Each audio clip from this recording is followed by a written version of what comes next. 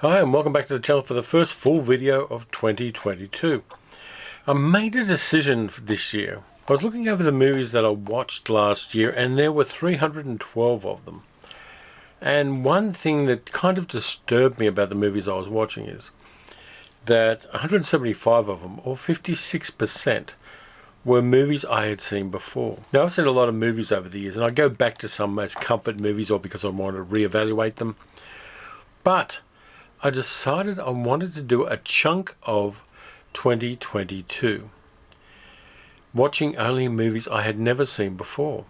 And I decided to make it January to get it out of the way. I put this up on social media and let my friends know I was only going to be watching movies I'd never seen before in January. And there were three schools of thought. The first one was go for it. The second one was you can't do it. You won't do it. You can't go that long without watching movies you've already seen. And the third one was people betting me that I would fail. I'm not going to fail. It's now the 4th of January and I've done the first 7 movies. And it's been a bit of an odyssey for me, and I kind of like that. I like the fact that I watched movies I hadn't seen before and I enjoyed the hell out of the experience. So I'm going to tell you about 5 of the 7 movies that I've watched so far. And I will post a link to the Letterboxd page I've got for the movies I watched in 2022, so you can follow along on the journey. And so far it's been great. It's really kind of cleansed my palate in cinema, and I like that. I like the fact that I saw some movies that I wouldn't normally watch, and I enjoyed the hell out of them. What the hell, I'll do all 7 of them. Now I'm going to do them in chronological order, and we're going to start with a film noir from 1952 that I'd heard about but I hadn't seen. It was directed by Edward Dmytryk. It was produced by Stanley Kramer, and Martin Scorsese does the intro to it on the version I've got. It's The Sniper, which is a nice little film noir hidden gem. Arthur Franz stars as the titular character, who becomes a serial killer by sniping from rooftops at a particular kind of woman. Brunettes in their 30s, because his mother was like that. It's pretty obvious, and we've got a bit of show don't tell, that he was abused as a child, and he is a very messed up character. He self-harms. The main antagonist to The Sniper is a police captain, played by Adolphe Menjou, who was a rabid anti-communist. And the interesting thing is the director, Edward Dmytryk, had spent a little time in jail for previous communist affiliations. And so you've got a director who was a lefty, and one of the main actors who was very, very, very right-wing. The supporting cast is really good. You've got Gerald Moore, who people remember from Angry Red Planet. You got Frank Phelan, who played Dobie Gillis's father in The Many Loves of Dobie Gillis, playing one of the cops, and he is incredibly good. He gets a couple of scenes where he just wipes everybody else off the screen. Really interesting character. We get Richard Kiley playing a police psychiatrist who explains the pathology of this guy. As the cops are out hunting him down, they bring in tons of sex offenders, they put him in lineups, all that kind of thing. But that doesn't work. The other interesting thing about the film is a lot of it's shot on location in San Francisco, and as Scorsese says in the intro, it's shot in a really flat documentary style. They don't use lots of Hollywood lights. They use ambient light as much as they can. And that gives it a real lived-in feel. It gives it a realistic feel that a lot of film noirs just don't have, because they don't do that. And using the hills of San Francisco and the old buildings, and just the landscape of it, which lends itself to people sniping downwards because there are a lot of hills, really makes it a hidden gem of film noir, and I enjoyed it a lot when I watched it. I may well watch it again at some stage, but not in January.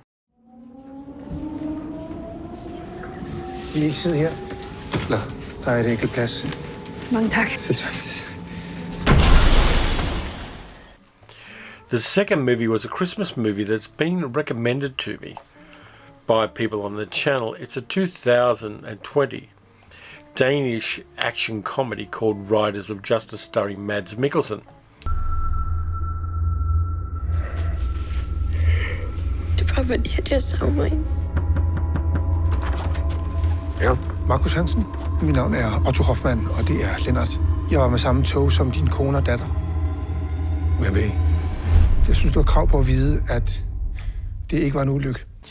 Mikkelsen plays a soldier whose wife is killed in a train accident, which may not have been a train accident.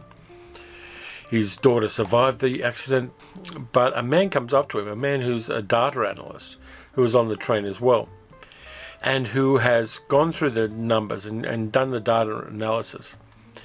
And he's decided that the accident wasn't an accident, and that it was intended to kill somebody sitting at one of the other seats, who was a motorcycle gang member who was turning state's evidence against the motorcycle gang. And so we get this odd crew of the data analyst, the soldier, his traumatized daughter, and two of the data analyst's computer geek friends, all of whom are middle-aged, who track down these motorcycle gang, and Mads Mikkelsen's character goes through them like a laxative. It's a comedy. It's got a lot of gore to it. It's got some deep characters as well. The acting is fantastic, and the characters, even when they at first seem cartoonish at times, really have some depth to them, and a weird kind of community forms around this mission to get revenge for what happened to the soldier's wife. The movie has a few twists and turns which are really great. There are some real pivots that I enjoyed because they make sense in the context of both reality and the movie. And it's beautifully shot, beautifully acted, and it's a little bit different from anything you've previously seen. And it kind of deconstructs the bullshit mythology of movies like Death Wish. And I really appreciated that. So thank you to everybody who recommended Riders of Justice to me. The next movie I should have seen a long time ago, but I didn't. It's a 1930s Universal horror film starring two of the biggies of Universal horror, Boris Karloff and Bela Lugosi.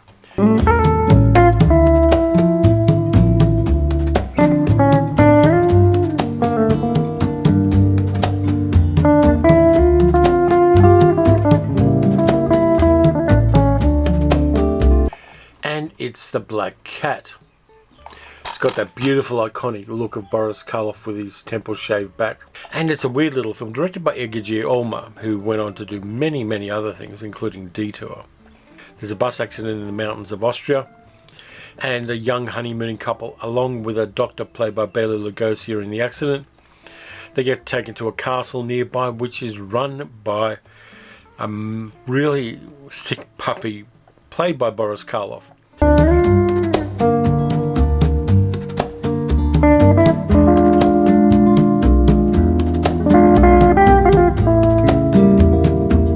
Who has a beautifully Art Deco castle, and who for some reason is preserving dead women in glass cases, kind of like their Gundam figures.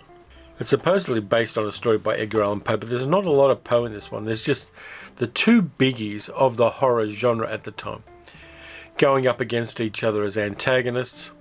There are henchmen everywhere.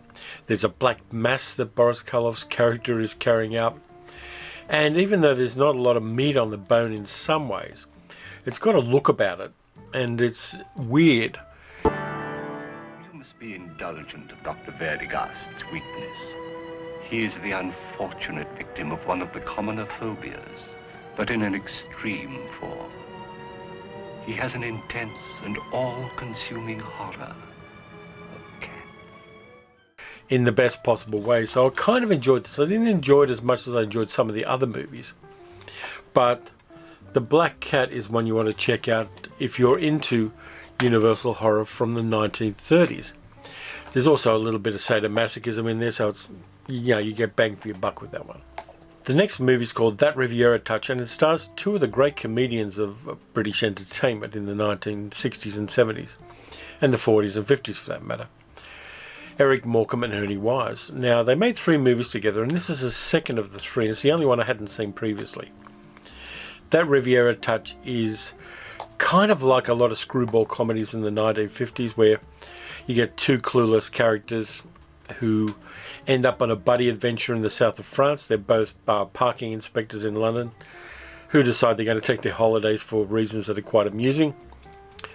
And they go to the south of France in their kind of ratty old jalopy and get involved with diamond smuggling, beautiful women, and the kind of La Dolce Vita life on the Côte d'Azur. It's lightweight stuff, and one of the things with the Eric Morecambe and Ernie Wise movies that is a little bit disappointing is they don't play to the rapport between the two actors. Now, Eric and Ernie, since they were teenagers, had worked together in music halls and variety shows, and went on to do some great 1970s television, including their Christmas specials, which you can find on YouTube and are hilariously funny. But that Riviera touch has a little bit of that rapport between them. It has some great action scenes, which is surprising toward the end. And it has a little coda at the end, which I really like because it's a little bit naughty. But it's lightweight stuff, but it completed that trio of movies that Eric and Ernie made, which are kind of amusing, but essentially don't play to the best of the talent's talent. The next movie is one that a friend of the channel, Nathaniel DeBell, gave me. We had a meet-up a couple of days ago, and he gave me a bunch of movies, and I gave him a bunch of movies. And this one was one I was thinking about buying anyway. It's a 1960s drama, a little bit saucy apparently, set in the Sahara Desert in Station 6 Sahara.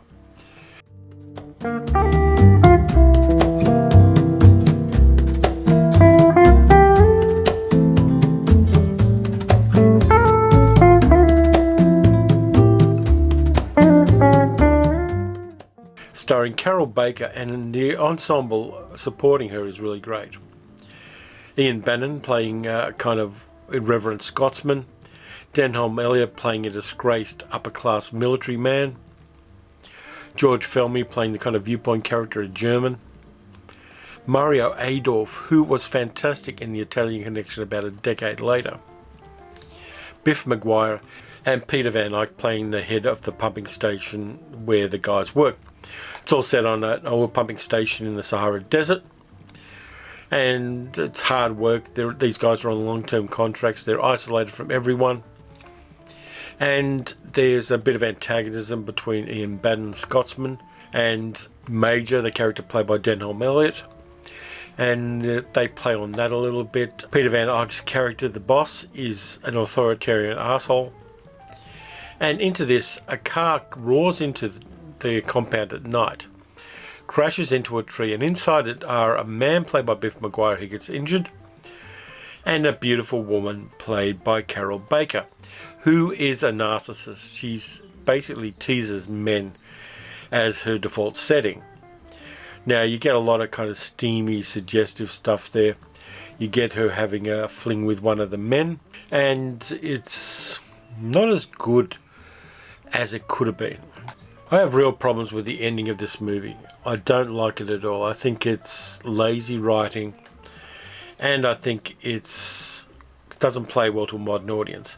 It was directed by Seth Holt, who went on to make a couple of films for Hammer, and had previously spent a lot of behind the camera time in other roles in the film industry.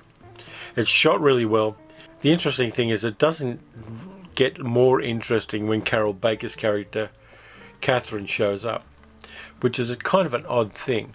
I know the script was rewritten in a hurry, but it's a little bit disappointing, but nonetheless, I do like the ensemble working together when it worked really well. There's some sparks flying off the characters. There's a poker game which is really tense as well, which is played really well, but none of that involves the woman coming into the compound, which is kind of weird. I'm going to leave the best for last, so I won't do them quite in the order that I watched them. The next one's a 1937 French film, which a lot of people, including Michael Caine and Martin Scorsese, have put on their list of favourite movies of all time. It's a lovely film, and it's called, in English, Life Dances On, but in French it's called Un Carnet de Bal.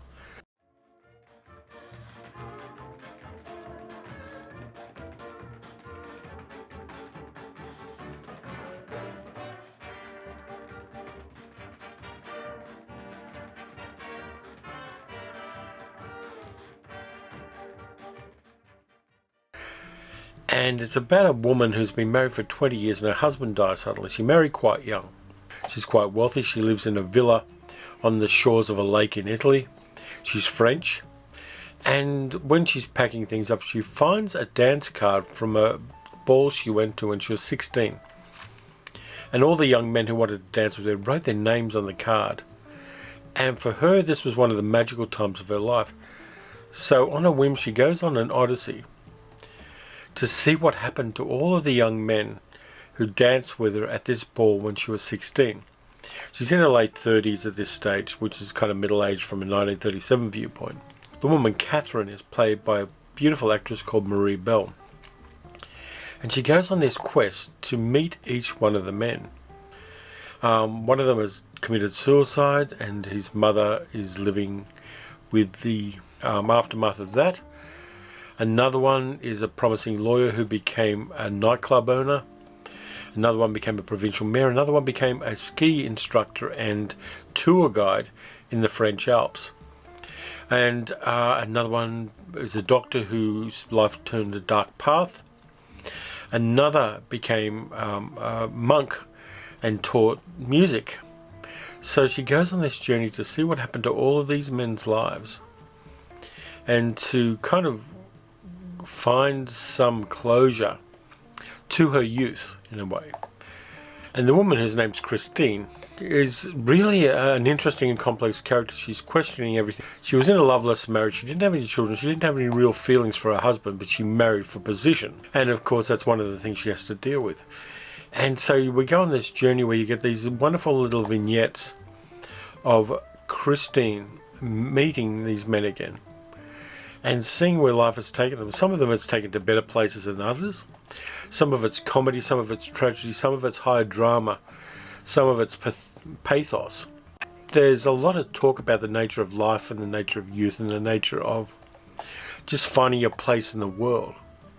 And it's a magical little film for that. I really liked it, and I didn't expect particularly to like it, but there's something wonderful about that era of French cinema, and Life Dances On is just one of the movies that I think is going to stay with me for a while and that I will rewatch. It really is a piece of magic on celluloid. The last one was a movie from 2021 that I missed when it came out. It's directed by Edgar Wright. It's Last Night in Soho, which has a name based on the Dave D. Dozy, Bicky McIntitch song. And Edgar Wright was given the title by Quentin Tarantino.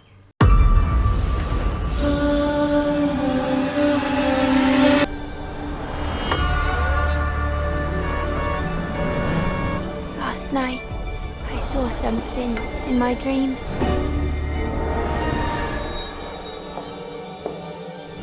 It stars Thomasin McKenzie as a young woman called Ellie, who is a fashion design student who goes to London from her rural home where she lives with her grandmother, played by Rita Tushingham. And she's suddenly immersed in the life of a student in London. And it kind of overwhelms her staying in student accommodation. So she finds a bedsit apartment run by an old woman called Miss Collins, played by Diana Rigg in her last film role. And then one night she's walking home from university and walks down an alley and finds herself in 1965 Soho. She's inhabiting the body and the life of a young woman called Sandy, played by Anya Taylor-Joy, who's a wannabe dancer and singer, who meets a guy called Jack, played by Matt Smith, who gets her an audition to become a singer and dancer. And Ellie follows the life of Sandy in the 1960s and the dark path that takes. And she, at times she's an observer, at times she inhabits the life of Sandy and finds out where Sandy's life goes. Now, this movie's got the usual Edgar Wright brilliant cinematography and brilliant action, and it uses computer effects to incredibly good effect. It's full of fantastic 60s music. It's got strong female characters who carry the narrative. And it's kind of, in a way, a meditation on nostalgia, on the 1960s, on life, on the evil that men do. And it's an impressive piece of cinema that you think is one genre, but is actually another as the movie progresses. And it's got iconic characters from the 1960s. Of course, it's got Diana Rigg. It's got Rita Tushingham. It's got Terence Stamp playing a silver-haired older gentleman who has a connection to both characters. It's got Margaret Nolan, who was an actress and model in the 1960s, playing an older, wiser barmaid who works with Ellie when she gets a side job to pay for the things she wants and to pay for the bed-sitting room. And yeah, this one's a confronting movie. It's strong, it's dark, it changes genre part the way through in an incredibly consistent way. And it makes you question who the antagonists are, who the baddies are, who are the goodies in this one. And I like what it does, and I like the way it does it. It really is an impressive piece of cinema. And when people kind of complain about computer-generated effects in movies, you can always steer them to Last Night in Soho and go, if it's done right, this is what you get. I really enjoyed this film, and I don't think it's out on Blu-ray yet, but when it is, I'm definitely getting a copy of it, because it's one of those movies that you want as a keeper. And that soundtrack just blew me away. There's only, I think, one song that's a bit of an obvious choice, and the rest of them are reinterpreted in the context of the movie. So in the same way that Blue Velvet, the song, was reinterpreted by Blue Velvet, and also In Dreams by Roy Orbison was in Blue Velvet, we get a couple of kind of 60s standards that are very much reinterpreted through the lens of this movie. And if you haven't seen Last Night in Soho, you need to check it out. Even if you're just a genre fan who likes sort of kind of psychological dramas and horror movies, you're going to enjoy this movie ultimately. Anyway, that's it for the 7 movies I've watched so far. All through January, I'm going to be doing videos about the movies I've watched that I've seen for the first time. And so far I'm doing really well. I'm happy with what I've seen. I'm happy with the way it's refreshed the way I see cinema. And it's a challenge, but it's an enjoyable challenge. Anyway, thank you very much for watching. If you enjoyed the video, please consider liking, subscribing and leaving a comment. You can also support the channel at patreon.com/paleocinema. Things are getting a bit wild here, by the way, with the pandemic. I'm not going to go into details, but crazy times at the moment. So look after yourselves. Watch some good movies. Watch some bad movies. Challenge yourself and watch some movies you wouldn't ordinarily watch and that you hadn't seen. And I'll catch you next time.